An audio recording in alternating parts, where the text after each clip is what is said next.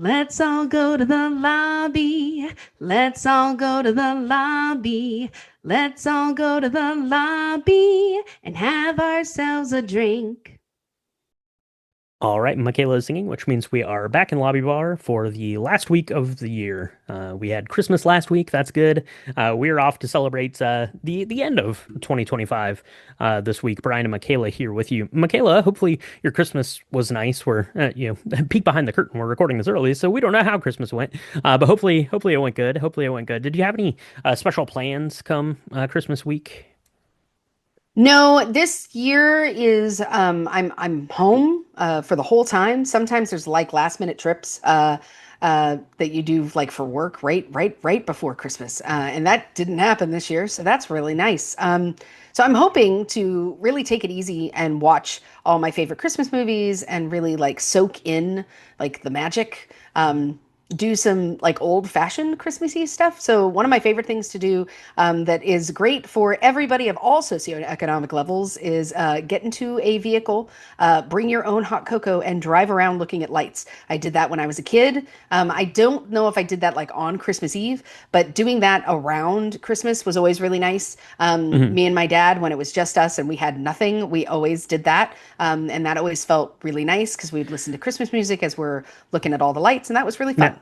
now, would you go through like the like fancy neighborhoods that were all decorated and do that, or did you have like a designated like place to go? Because I know growing up, I would kind of do like a mix of the both. Like there would be like Hmm. spots of like my town where where it was kind of like famous, where people would go over the top kind of with their Christmas decorations. So we drive through that, but then also like at the fairgrounds, they had kind of like a Yeah. little like drive through kind of a thing. Yeah. So for us, it was kind of similar in San Antonio, which is where I grew up. There were a lot of Christmas lights downtown. They would light up the Riverwalk. And so, that was something too. You could just park and you could go walk around and look at the lights on the river. But then also looking like in all the neighborhoods. And I don't even remember I don't remember any neighborhoods being super famous Mhm. in our town that always did Christmas lights. But now I feel like neighborhoods are doing that more and more. And you should take advantage of it because it's so cool. Austin has this whole area. Austin, Texas, I remember was very famous for having like three or four different neighborhoods that were connected that you could drive through and walk through. And that was really cool. But I lived too far away for that. So, but yeah, it was a little both, little both. Little both. There you go. There you go. I think that like Eddie Murphy was that on Amazon or Netflix or whatever. It was on a couple years ago. Like the Eddie Murphy Christmas movie revolved around that. Like their street was like one of like the famous streets like in the whole Oh, country, and they had to do the Christmas lights. So yeah. So hopefully, if you have any good places to go, or if you were out to see any good Christmas lights, let us know. Let us know where it was if you had a favorite display or anything like that. That'd be pretty fun. Now, Michaela, that Christmas is over. We're in that weird week. It's between Christmas and New Year's, right? It's like I don't know. It's like in a lot of ways, this week feels like the longest week of the year because a lot of people still are kind of off work or like work is like minimal, but there's not really like that much going on. You've already done all of your like Christmas parties and then the big day of Christmas, right? Which is like the adrenaline rush and like crash immediately after. So you have just kind of like a couple of days of quiet. Are there things that you do this week to I don't know, to either get ahead or to rest up? Or are there things this week that you find yourself doing kind of every year? yeah.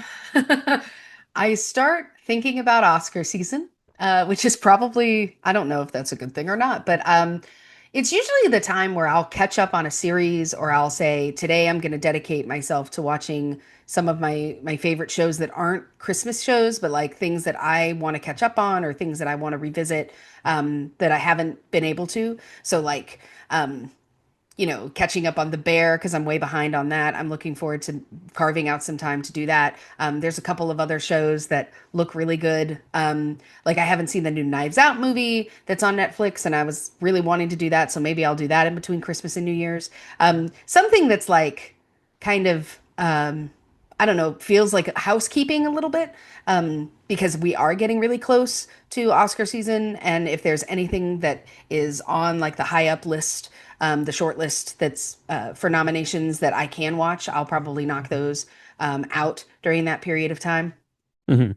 Yeah, it certainly is that time of year. We've had a couple of releases here. I think like the weekend of Christmas, actually. I think Marty Supreme gets its like full wide release. I think Christmas Day. I think Song Sung Blue gets its full release. I think Christmas Day as well. So there are a couple of things out at the theaters, but yeah, certainly some stuff at home to watch. And there's a bunch of series coming on. Fallout has just started, so you can watch through that. I think Stranger Things, I think, will be finished by the time this airs. I don't know. Don't hold me to that. I'm not 100% sure, but I think that's how that was going to work. Is that will finally wrap up here, kind of this just a couple of days before Christmas. So maybe catch up on some things. That would be good. That would be good. For me, we used to travel a lot this week, but this year we're just kind of hanging out. Going to be spending some time just at home and collecting our thoughts and probably doing the same, catching up on some stuff that we missed through the course of the year. Maybe catching some new things. I don't know. It's hard to say. But one of the things that is not hard to say is I'll definitely be having a cocktail or two this week. And I thought what we could do, because we're recording this early,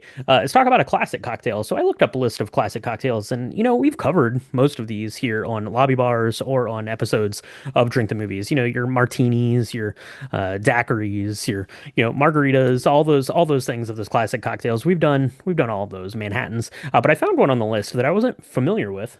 But it is super old. And it was super influential in a couple of ways. And it is called the Martinez. Michaela, have you ever heard of a Martinez? Have you ever had a Martinez? I don't think so. Um I gotta tell you, when we were looking at the show notes for the show, I was like, do we mean a martini? And you just misspelled it. Like, is it a martini from like Latin America and it has like this Latin root? I had no idea. I've never heard of this before. And I stopped myself from looking at the ingredients because I wanted to be surprised. So tell me about the Martinez, Brian. Well, there you go. There you go. The Martinez is super old, and a lot of people will say that the Martinez paved the way for the Martini.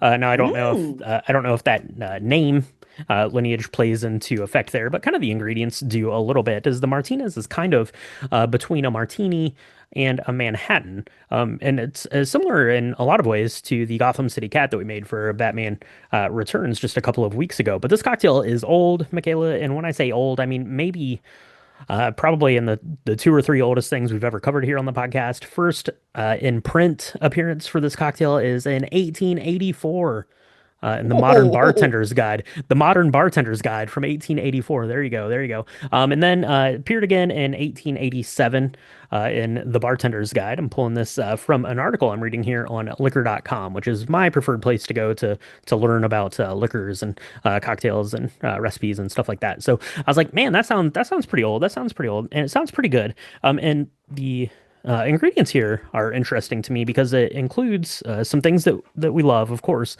but it also includes another ingredient that I don't normally associate with a martini that is also dead delicious. Maybe my favorite ingredient in the liquor cabinet at any given moment. But let's make one of these up. Let's go ahead into a shaker tin with some ice. Goes 1.5 ounces of gin, 1.5 ounces of sweet vermouth, a quarter of an ounce of Luxardo Maraschino liqueur, aka the most delicious bottle of anything you've ever had, two dashes of mhm, Angostura bitters. Go ahead and give that a nice stir, get it chilled, and then you're going to strain that into an ice cold coupe or martini glass, and then you can garnish it with an orange twist. So, like I said, it's kind of similar to the Gotham City Cat or the Big City mhm. Cat that we took from Bar Yeah. Hill last week, which is like a barrel aged gin version Mm, of a Manhattan. So this is kind of like that, but it includes the Luxardo Maraschino liqueur, and then it seems like in history since 1887, basically this just started to morph. People would swap the sweet vermouth for dry vermouth, and mm, play around with that liqueur and stuff like that, and then eventually you get kind of you get Martinez, and then it branches and goes to the Martini into the mhm. Manhattan. But this is kind of the origin point, I guess, of those. How does this sound? This sounds delicious. I'm gonna make this today. Because I have all the ingredients, which is so nice. That's one of the things we love about the lobby bar, right? I would ask your opinion because you were the one who told me about gin, really. Like I knew what gin was, but it was you that really brought me to the table for martinis at being Mhm. gin martinis, right, originally, and how amazing that whole palette can be, right? For Right. your in your mind, what kind of gin would suit itself best for a Martinez? Because the sweet vermouth is going to be different than the dry, obviously. It's going to Mhm. have um it's gonna bring out some different things. So if I wonder if something more floral would be better than something that's super junipery or Mhm. herbal. And the Luxardo-ness is gonna bring this lusciousness to it. It's just gonna be velvety and delicious. But I don't want that to be overpowered by whatever gin I pick. Yeah, I think you want to probably avoid something that is super, super juniper forward. I think if you just use like a basic London dry gin, I think that's going to be Mm, pretty good. Um, Going back like that far to like the late 1800s, the gin then is going to be far different than gins we have available to us now. It's probably closer to like a Bols like Genever gin, mm, which you can still get at the liquor store if you want to pick up that and go like really like traditional with it. hmm You could do something like that. But I think any kind of like London dry gin that doesn't have like a super bright juniper presence to it is going to be nice. Here in this instance, I think you could probably do something like an American style gin, which is going to have a lot more like kind of like citrus aromatic, usually like some orange peel, stuff like that in there. I think that that's going to be nice, kind of paired up with the maraschino liqueur, which is it's not cherry flavored, really at all. There it is. It's more of like hmm. this almond, like nutty, Yeah. like I don't know, gorgeous, delicious Yeah. No, bottle of it's stuff, but it's not cherry juice, which is what no, you might no. think when you hear the name, but it is not. No, no, it is, but man, it's just as luscious as as a cherry as the maraschino cherry sounds. Like it's so like it's so good. It's like I don't know, you could really just serve a little of it over ice and you put it in like a snifter almost, but I don't know. It's so Oh yeah, aromatic and maraschino beautiful. liqueur It's over some yeah. vanilla ice cream in a Whoa, glass, now you're just talking. from the All right. bottle, whatever you want to do. But that is the Martinez. So go ahead and mix one of Mhm. those up. I'm very excited for this. I think this is really interesting. I can't wait to try it out. I was a big fan of the Gotham City Cat that we just made, and I think that a Martinez with that barrel aged gin would be equally as delicious here as well. So go ahead and give that a try. The Martinez does not find itself really in any films that much, asterisk there, because it does get a brief mention or something in Cocktail. I couldn't really remember because I haven't seen Cocktail in, I don't know, 35 years or something like that. But apparently Martinez does show up there. Tom Cruise is looking through something of classic cocktails, and the Martinez is either mentioned by name or it's in the literature that he is reading there as one of the classic Huh. cocktails, because this is, it doesn't get much more classic than 1884. So that's pretty good. That's pretty cool there. But the Martinez itself doesn't really get a lot of movie love aside from that because it kind of looks like a Manhattan. And the Mm-hmm. martini, really kind of moving to the forefront of what a popular cocktail was, and then obviously, James Bond propelling that forward. So you either see, characters on screen drinking a martini or Mm. drinking a very nondescript looking Manhattan thing. So unless it's named by name as the Martinez, you wouldn't really know that that's what they're drinking there in the film, and that is the case. And especially, being from the late 1800s, films were black and white, so then you can't even tell what a Martinez is at all. So by the time we get to color, Martinez is already out of fashion. So not a lot of movie history there, but there is some interesting movie history here for the week of New Year's. New Year's Day, the box office record, the top grossing film of all time on January the 1st is Star Wars The Force Awakens, which is coincidentally celebrating its 10th year anniversary. Maybe I'll have to fire that up and watch it here on New Year's Day. It made $34.4 million, which set the record, which was previously held by Avatar, making $25.3 million. Will this third part of Avatar beat this record of $34.4 million?